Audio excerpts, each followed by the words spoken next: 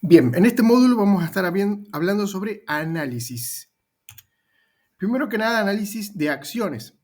Básicamente comentar que la rentabilidad de la inversión en acciones son dos en general. La ganancia de capital, que es la diferencia entre el precio de compra y venta de la acción, ¿bien? Y los dividendos en efectivo, que son las ganancias en efectivo que la empresa distribuye a sus accionistas. Por lo tanto, en la fórmula de rendimiento tenemos en el numerador el precio de venta menos el precio de compra dividido el precio de compra. Bien, va a ser una tasa, por lo tanto. El riesgo de la inversión en acciones es el desvío o dispersión de los resultados obtenidos respecto de los esperados. A mayor variabilidad, obviamente mayor riesgo, que es directamente proporcional. Es una de las principales medidas del riesgo, es la volatilidad. Esta se mide, bien, de la variación justamente de los precios en una cantidad de tiempo determinado. Es decir, que la unidad de tiempo es clave y se determina, y sobre todo se trata de definir qué tan desviados están los precios respecto del promedio en una cantidad de tiempo. Por lo tanto, se puede decir que la volatilidad en estadística se mide con la desviación estándar. Aquí podemos ver la fórmula de la desviación estándar, también conocida como desviación típica. Es una medida que ofrece información sobre la dispersión media de una variable. Bien. Más adelante, en módulos posteriores, vamos a analizar un poco en detalle lo referente a esta fórmula en estadística que es clave. Aquí podemos ver la volatilidad que existe en un cuadro de ejemplo entre una acción A y una acción B. Tenemos 10 días en la columna izquierda. En la acción A tenemos el precio y la variación diaria. Y la acción B tenemos también dos columnas, precio por un lado y variación diaria, ¿sí? Entonces, vemos que el primer día la acción A tiene un precio de 2, obviamente en el día 1, tanto para las dos acciones no vamos a tener un porcentaje de variación diaria porque no ha transcurrido 24 horas, pero ya en el segundo día la acción A tiene una variación diaria del 1%, mientras que la acción B tiene un 6.5%.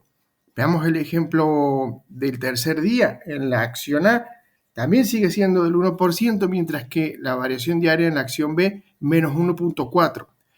Como veremos, la variación diaria en la acción A es solo del 1%, bien, mientras que la variación diaria de la acción B, si tomamos un promedio, también es el 1%. Pero ¿cuál es más volátil, la acción A o la acción B? Bueno, podemos ver que la desviación estándar de la acción B es 3.7%.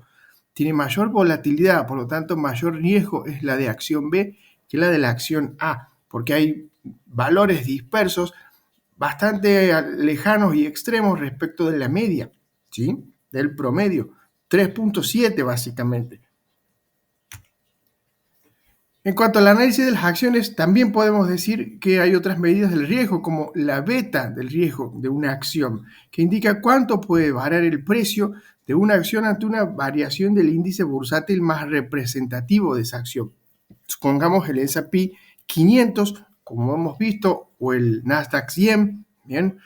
Cualquier otro índice que reúna determinadas acciones. Bueno, eso básicamente es el ejemplo. Entonces, una acción con una beta menor a 1 va a representar mayores ganancias cuando el índice sube o mayores pérdidas cuando baja. Y una acción con una beta mayor a 1 no representa movimientos fuertes para la misma cuando el índice sube o baja. Así que la beta de una acción es muy importante también como medida del riesgo. Mientras mayor el riesgo, obviamente también mayores rendimientos va a tener esa acción. También tenemos indicadores del mercado accionario. Por un lado, lo que es la capitalización bursátil o valor de mercado, que es el producto entre la cantidad de acciones que conforman el capital social de una empresa por su cotización bursátil.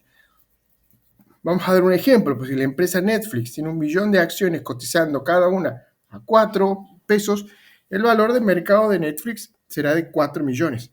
Sumando las capitalizaciones bursátiles de todas las empresas que cotizan en una bolsa determinada, se obtiene el valor de mercado o capitalización de esa bolsa. O sea que generalmente este indicador se lo compara como porcentaje del PBI de un país. De esta forma nos da una referencia de la profundidad e influencia de una bolsa en ese país. Obviamente, los países, los mercados emergentes y los países desarrollados tienen valores de referencia importantes, por lo tanto la influencia de la bolsa en ese país respecto del porcentaje del PBI es bastante alto.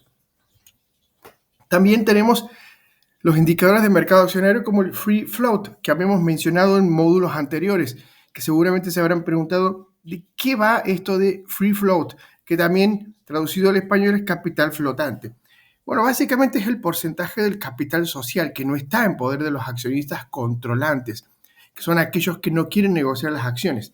Esta medida indica la liquidez potencial que tiene una acción. La empresa Apple, por ejemplo, vamos a dar un ejemplo, tiene 4 veces más capital social que la empresa Nvidia, ¿sí? Entonces, el capital flotante de Apple es del 2%, pero de Nvidia del 50%. Si bien Apple es más grande por cantidad de acciones emitidas, Nvidia tiene mayor liquidez porque tiene más acciones para negociar. Esto es un ejemplo de lo que es free float o capital flotante. Otra cosa que vemos aquí es la rotación, que indica la frecuencia de negociación de una acción y se calcula como el cociente del volumen total negociado de la acción y la capitalización bursátil de la empresa a fin de mes. Para expresarlo en términos anuales se multiplica el resultado por 12. Entonces aquí tenemos un ejemplo, el volumen efectivo mensual en millones de una acción A, 15.6 versus la acción B, capitalización bursátil 650 millones. A sobre B da una tasa de 2.4. Entonces la velocidad de rotación es de 28.8%. Bien, entonces esto para comentar también un poco.